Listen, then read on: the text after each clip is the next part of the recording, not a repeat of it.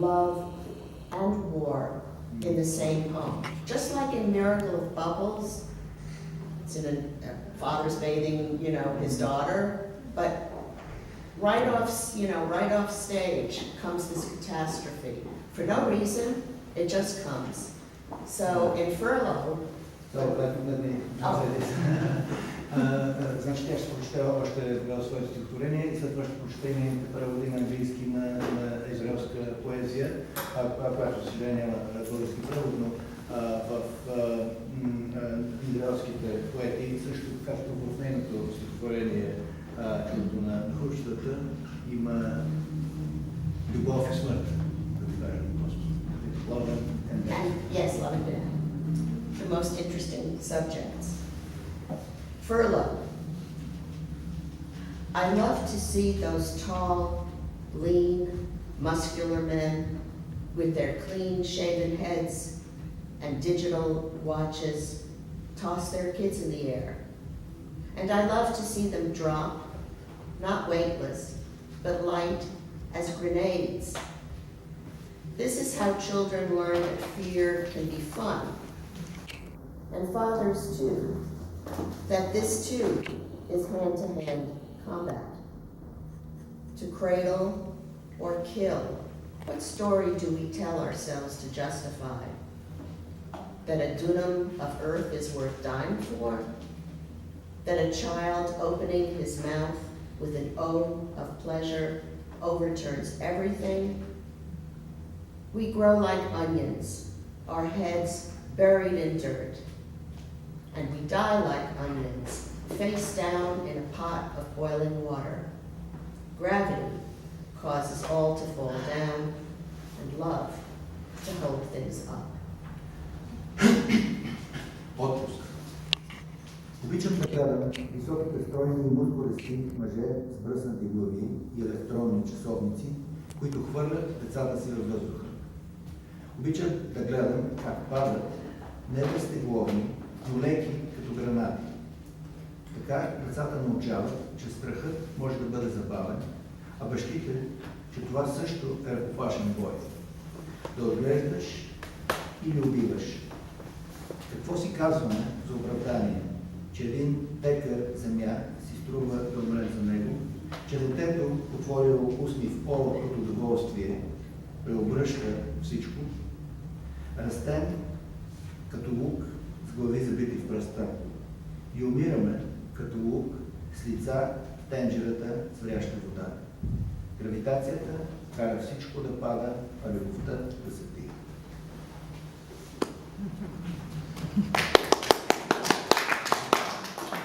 For those of you who write, you might enjoy the fact that I have no idea where those onions came from. And I was writing this poem and suddenly there are onions and I always listen, if something's coming from here. За тези от вас, които пишат, искам да кажа, че нямам никаква идея откъде дойдоха този лук, откъде дойде. Просто някъде дойде. And congratulations to the translator for saving the alliteration in that section there. It was very effective in both languages. Yes. The child's mouth going oh, opening, and it was very well done in the Bulgarian too. So yeah. This has been arranged before. He's paying me off afterwards, actually. So. Right. Yeah. So how about I read one more poem with Vladimir's brilliant translations? Oh no, this isn't Vladimir at all. Let me read one. Okay. From the Program. program. And actually,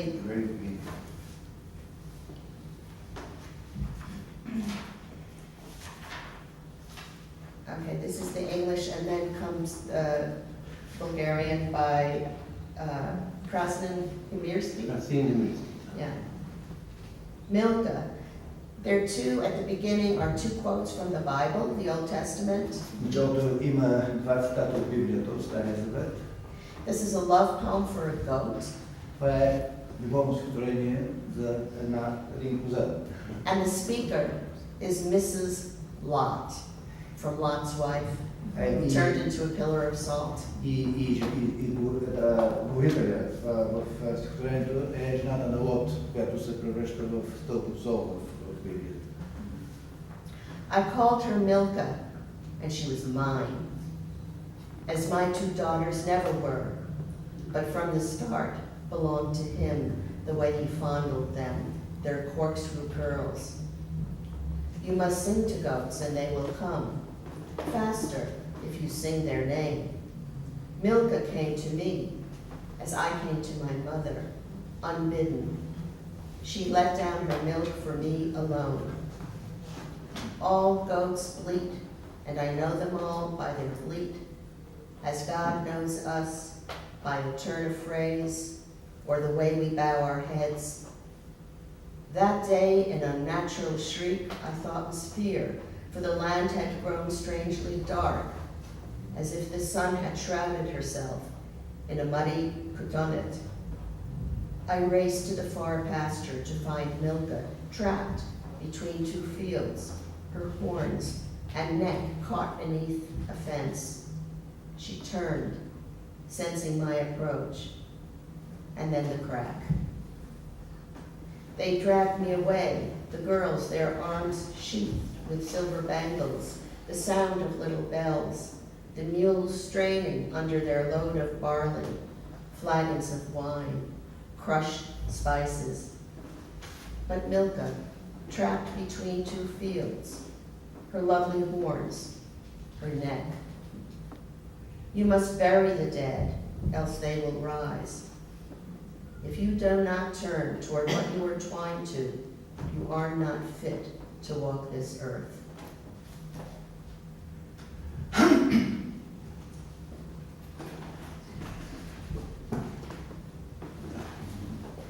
Значи това не е Магалос, това е на Карагаси, който има на това стихотворение Милка.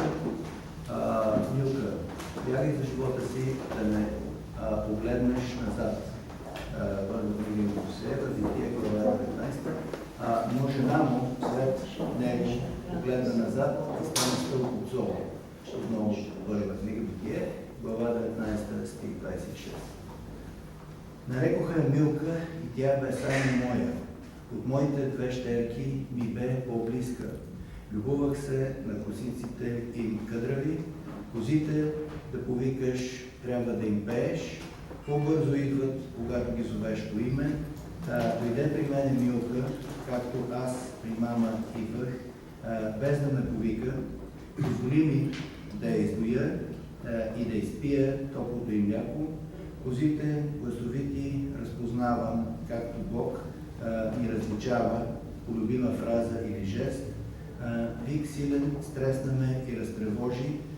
Притъмня, като че слънцето потъна, помислих, че причина е страхът ми. Затекох се към пасище отдалечено и Милка там открих заклещена в ограда дъщена помежду две ливади. Усети ме, глава към мен обърна, в този миг сред шум, страхотен, грубо, ръце издърпаха ме с гривни, украсени, а дрънкаше кола на кръста от желязо.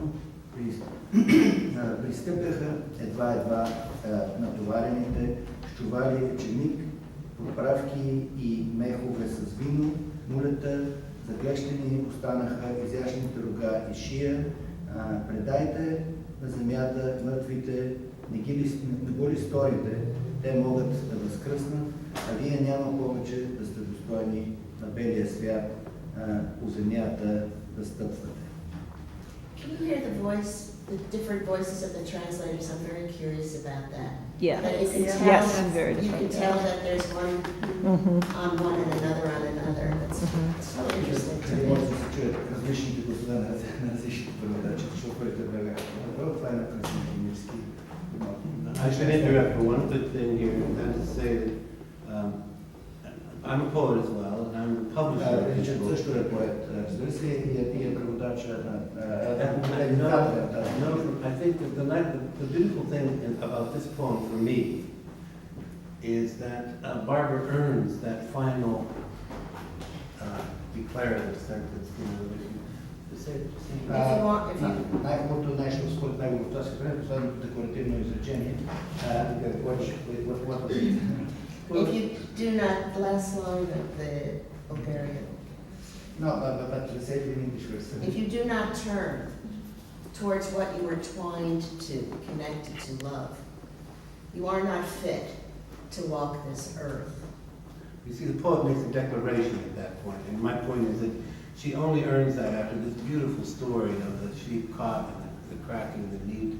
So it's a very vital and moving story, but at the end, the tone of it is more of a lesson and a formal declaration of what you need to do as a human being. I just want to say one thing. I don't understand why in so many myths and stories it's bad to look back. I mean, we just came from a thing on Orpheus. Тя казва, че не може да разбереш, защото в толкова много митове има забрана да се гледа назад. Както за жената на Лот, която поглежда назад и се превръща в стълбото, така и за Орфей и Евридика. And one good thing, I forgot the commercial, but this is the year of William Meredith, and there's a little signature poem that we always try to say whenever we're doing an event like this. Понеже това е годината на Уилям Мередит, винаги има една малко стихотворение на наш патент, наш фотограф, който искаме който винаги четем. And we'll come to Barbara's translation after this short poem. И след това краткото стихотворение ще преминем към преводите на By William Meredith. стихотворението Уилям Мередит. It's called A Major Work. Poems are hard to read, pictures are hard to see, music is hard to hear, and people are hard to love. But whether from brute need or divine energy, at last, mind, eye, and ear, and the great sloth heart will move. So it's rhymed ABCD, love, move, hear, it's very simple.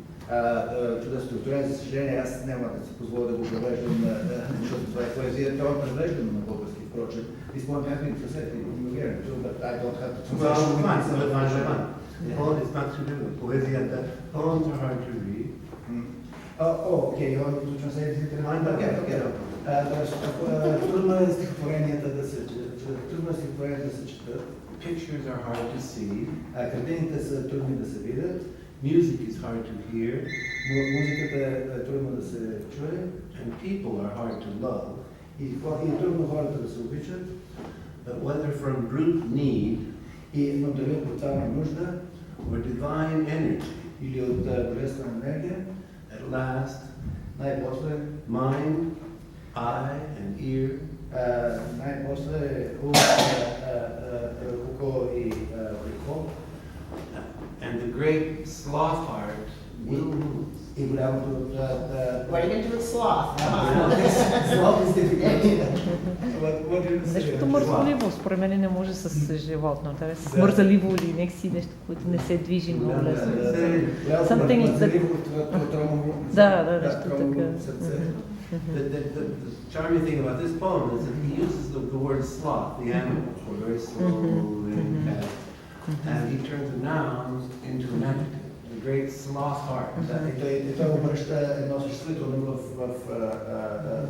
прилагателно. But it helps in English because you have the word sloth as an abstract, it's become a human trait. Yeah. Whereas in Bulgarian, it doesn't have that same, unfortunately. In a medical way. So it's connected with interruption there. So, this has been going on a long time. Anyone want to ask any questions? So I'll read 3. Let's see. Така, сега тя ще прочете стихотворение. Аз бих си позволила.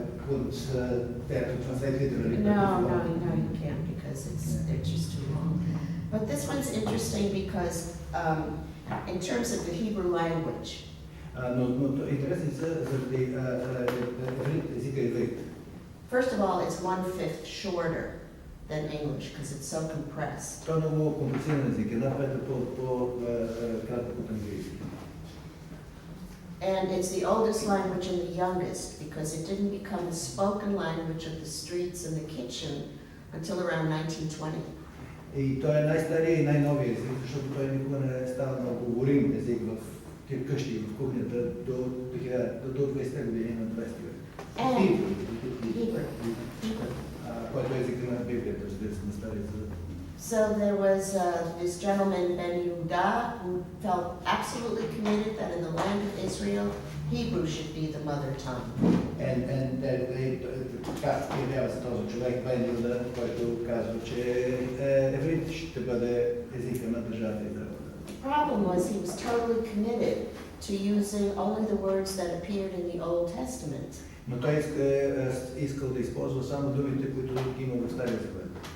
Now the Old Testament and the Hebrew language is composed of root words that are 3 letters. Стария Завет